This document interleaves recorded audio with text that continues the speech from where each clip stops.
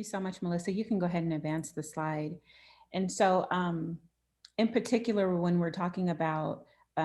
barriers to learning, we're specifically talking about ones specific to counseling, mental health,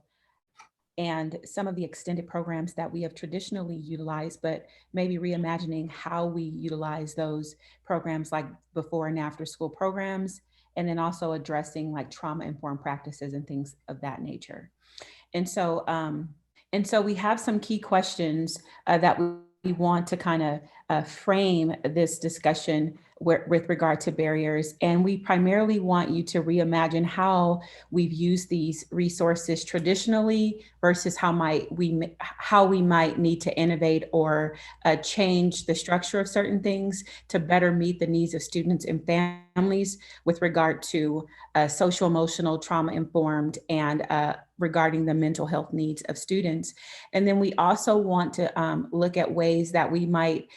utilize similar practices to address the needs of staff and enhance training to build our capacity for trauma informed practices as a culture of learning. And so when we think about the possibilities for students, we're looking at reimagining after school programs, in particular, one that's informed by the end user, where we're allowing students and parents to have input or to at least share from an inquiry perspective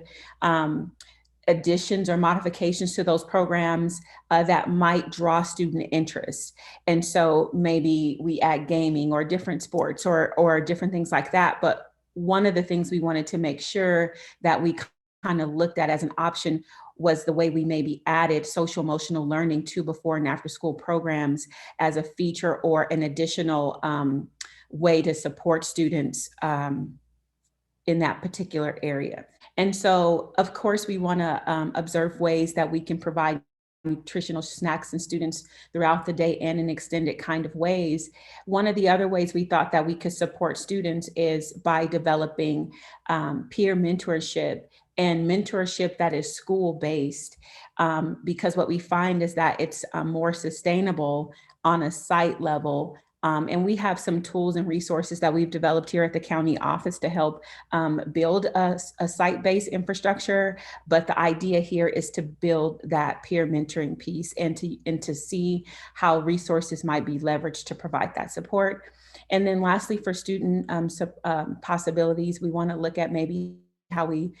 flex the school day. And traditionally, we've known this as advisory, but we might, look at it in a different way where we have social emotional classrooms set up throughout the day where students can go to and receive supports and services, or it could be an advisory period.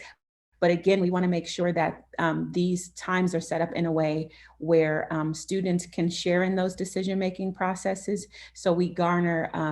insight on the things that draw on their attention and their interest to be engaged. And then when we look at possibilities for parents, again, we want to look at things, and these things are not just specific to parents. I think they address the totality in terms of the family needs when we talk about looking at ways that we might create wellness centers or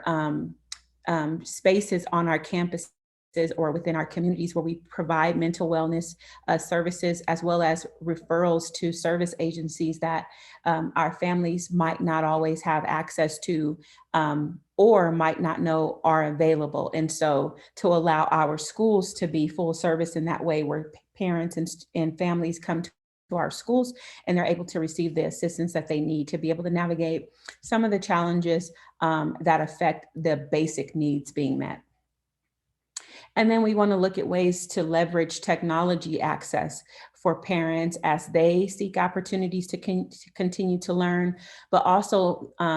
so that they can develop competencies to better engage the school community and the school climate and support the needs of their students. And then lastly, we want to look at ways that we might be able to leverage these funds to create care coordination through contracts with community agencies or different support services that provide that counseling and social work support services that parents and families tend to need. And as we look at possibilities for leveraging this new resource for staff, we talk often about the social emotional needs and mental wellness of students, but I think this um, grant can provide an opportunity for us to also really begin to look at and to equally regard the social emotional needs and support for staff members by making sure that we too make available during the school day support services for staff members to receive social emotional support. I think everybody's been affected by this pandemic in diverse ways, but even prior to this, just making sure that we attend to our staff in ways that we haven't been able to in the past. So just explore what that could look like. And then we want to increase release time, maybe to attend trauma responsive or culturally relevant professional development or coaching and training activities that could really help build their capacity to broach and to kind of garner the kind of support and expertise that they're going to need as students come back to school. And then how we might look at ways to add subs to start the new year to aid teachers in closing some of the achievement learning gaps and those kinds of things. And then lastly, just opportunities for them to collaborate within the school community, but also outside of the school community to just build their capacity to be more, to develop their acumen with regard to social emotional learning and trauma responsive, as well as restorative practices for students. And then lastly, we just have a few resources, and these provide frameworks for how to go about this in a comprehensive way that not only tailors to the needs of the social emotional aspect of things for kids, but also the academic side, and drawing those linkages in ways that really help us to build a MTSS system that is more of an ecosystem atmosphere kind of approach, as opposed to these ancillary or supplemental things that we kind of layer things with that sometimes are not as effective in their implementation. And then lastly, there's a telehealth tool that, we spoke to LEAs, and one of the things they said is they were finding difficulty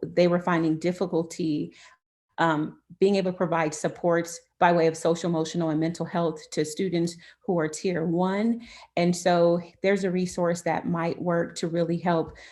leverage some resources that could tailor to the needs of tier 1 students and families.